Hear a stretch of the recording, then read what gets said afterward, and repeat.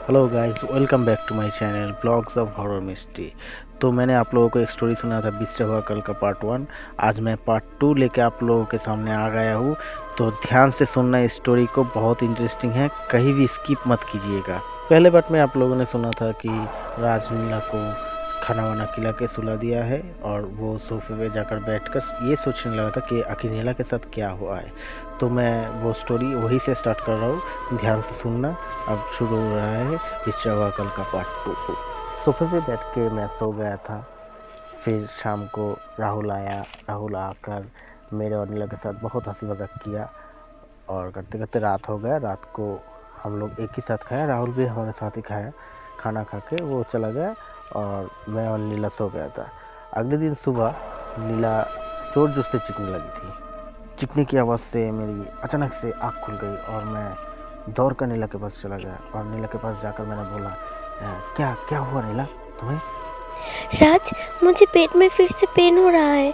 मुझे जल्दी अस्पताल ले चलो। "तुम घबराना मत नीला, मैं अभी तुम्हें अस्पताल लेके जा रहा हूँ।" मैं फिर से नीला को अस्पताल लेके गया, डॉक्टर भटिया के पास। डॉक्टर भटिया ने फिर से नीला का टेस्ट किया और टेस्ट करने के बाद मुझे बुलाया।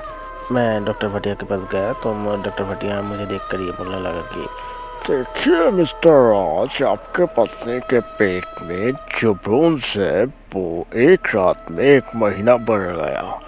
पता नहीं कैसे ये सब हो रहा है, मुझे तो कुछ समझ में नहीं आ रहा है। "ओ माय गॉड, एक रात में 1 और महीना! डॉक्टर साहब, कोई ना कोई तरीका तो होगा नीला और हमारे बच्चे को बचाने के लिए। आप किसी तरह से कोई रास्ता निकालिए ना डॉक्टर साहब।" देखिए राज साहब, धीरज रखिए। मैंने बेस्ट डॉक्टर से डिस्कस किए आपके पत्नी के बारे में। कुछ ना कुछ रास्ता ज़रूर मिलेगा। एक काम कीजिए, आप घर जाकर एक नर्स को रखिए आपके पत्नी को देखभाल करने के लिए, हर वक्त पर दवाई देने के लिए। तो मैं नीला को अस्पताल से घर ले आया। घर आकर मैंने राहुल को कॉल किया तो राहुल ने बोला कि रात को आएंगे और नीला के लिए एक नर्स को अपॉइंट किया। वो नर्स ने भी कहा कि शाम को आकर मिलेंगे। फिर शाम हुआ और शाम को मैंने जो नर्स अपॉइंट किया था वो नर्स भी आया और रात को राहुल आया। राहुल आने के बाद मैं राहुल को लेकर छत पर चले गए, क्योंकि नीचे बात नहीं हो सकता। अगर नीला को पता चल गया सब कुछ तो उसका तबीयत बिगड़ सकता है, इसलिए मैं राहुल को लेकर छत पर ही चला गया। राहुल भी नीला की टेस्ट रिपोर्ट देखकर हैरान हो गए। "हे राज, एक रात में 1 और महीना! नीला भाभी के साथ ये क्या हो रहा है राज?" "क्या करूँ यार, कुछ समझ में नहीं आ रहा है। तेरे पास कोई भी दवाई हो तो दे ना नीला को जल्दी से ठीक करना भाई।" "ये तू टेंशन मत ले राज, तू एक काम कर, नीला भाभी को लेकर कल फिर से मेरे चैम्बर पे आना। मैं नीला भाभी की टेस्ट फिर से करूँगा, देखता हूँ क्या होता है।" रात को राहुल खाना वाना खा के चला गया। राहुल के जाने के बाद मैंने नीला को खाना वाना खिलाया और उसके बाद नीला और नर्स एक रूम में रहा और मैं दूसरे रूम पर चला गया। सुबह उठकर मैंने देखा कि नीला अकेली ग्लास पर पानी भर के खा रहा है। तो मैं नीला को बोला कि नर्स किधर है? तो नीला बोल रहा था कि पता नहीं, सुबह जब मैं उठा तो नर्स कहाँ चला गया। नीला की ये बात सुनकर मैं भी हैरान हो गया। अरे यार, कल ही तो आया था काम पे, आज ही चला गया। मैंने ही नीला को सुबह का ब्रेकफास्ट दिया और ब्रेकफास्ट करने के बाद मैं बाज़ार चला गया। बाज़ार से लौटने के बाद मैं बगीचे में गया थोड़ा सफाई वफाई करने के लिए। बगीचे में जाकर मैंने ऐसा कुछ देखा कि मैं खुद को ही संभाल नहीं पा रहा था। बगीचे में एक लाश पड़ी हुई थी, वो भी कल रात को आने वाली वो नर्स की। मैंने तभी पुलिस को कॉल किया और पुलिस आया। पुलिस आकर वो लाश लेके चली गई। इस लाश के भी शरीर में कोई भी दाग या निशान नहीं है। सिर्फ ऐसा लग रहा है कि उसका खून किसी ने चूस लिया है। पुलिस भी नहीं ढूंढ पा रहा था कि ये सब का खून कैसे हो रहा है। मैंने नीला को इस लाश के बारे में कुछ भी नहीं बताया। मैं घर चला आया, पुलिस बॉडी को लेकर चले गए। घर पर आकर मैं खाना वाना पकाया और नीला को टाइमली खिला दिया। नीला को खिला पिला के उसको सुला दिया दोपहर को। नीला सोने के बाद मैं बैठ के ये सोच रहा था कि अरे मेरे साथ क्या हो रहा है ये सब। एक तरफ नीला के साथ जो घटना हुई है वो, और दूसरी तरफ घर पर 3 खून हो गया। लेकिन कोई कैसे ये सब खून कर रहा है?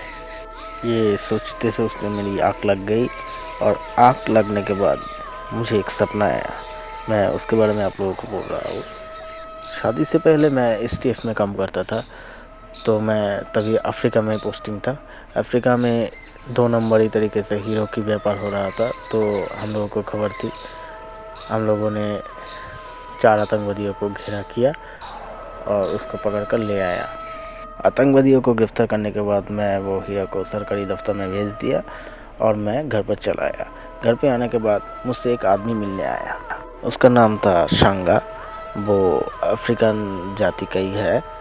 तो उसने मुझे ये बोला कि साहब, मैं आपको और हीरो की खोज दे सकता हूँ, लेकिन एक शर्त है। उन हीरो में से मुझे कुछ हीरे आपको देने पड़ेंगे। अगर शर्त मंजूर है तो कल सुबह तैयार रहिएगा, मैं आपको ले जाऊंगा वो हीरो की खोज देने। संगा की ये बात सुन के मुझे बहुत गुस्सा आया कि अरे यार, पुलिस के सामने ये शर्त रख रहा है। तो मैंने उसको बोला कि तेरी इतनी हिम्मत कि तू मुझे शर्त दे रहा है, मैं अभी तुझे अरेस्ट करता हूँ। मेरा ये बात सुन के संगा ने अजीब तरीके से हंसा। अब कुछ नहीं कर सकते साहब, हम लोग इधर के रहने वाले हैं।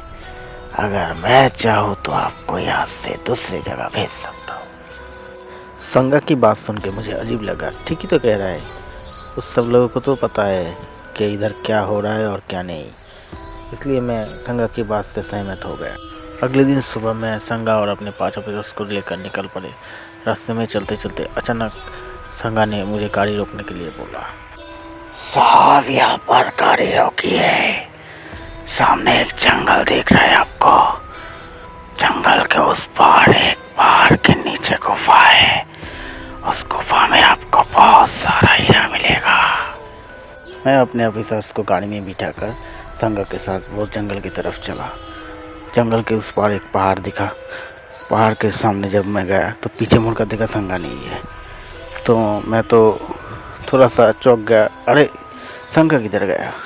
अचानक से संगा कहाँ से आकर छुरी लेकर मुझ पर हमला करने ही वाला था। मैंने उसका हाथ पकड़ लिया। हाथ पकड़ने के बाद संगा मुझसे चीख चीख कर कहने लगा, उन 4 आतंकवादी में से एक मेरा भाई था, तूने उसको गिरफ्तार कर लिया ऑफिसर, अब तेरी मौत पक्की है।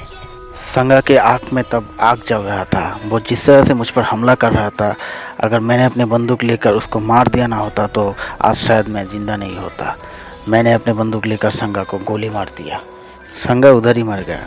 मैं अपने 5 ऑफिसर्स और संगा की बॉडी को लेकर गांव चला आया। गांव में आकर उसकी बीवी को सब कुछ बताया।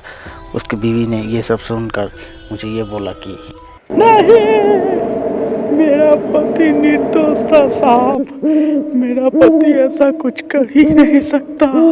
आप झूठ बोल रहे हैं, आपने एक निर्दोष को मारा, इसकी सजा आपको जरूर मिलेगी, जरूर मिलेगी। संगा की पत्नी की बातें सुनकर मैंने वहाँ पर और कुछ नहीं कहा। मैंने संगा की बॉडी को पोस्टमार्टम पर भेज दिया और सीधा ऑफिस से रात को घर चला आया। घर में आकर खाना वाना खा के सो गया। सुबह जब उठा तो डोरबेल बजा। जब डोर खुला तो मेरा एक कॉलीग था, मुझे आकर ये बोलने लगा कि सर, संगा की पत्नी ने कल रात को आत्महत्या कर ली। दुखदायक बात यह है कि वो 2 महीने की प्रेग्नेंट थी। संगा की पत्नी के बारे में सुनकर बहुत दुख हुआ कि उसने खुद को क्यों सज़ा दी। उसका पति दोषी था, इसलिए उसको सज़ा मिली।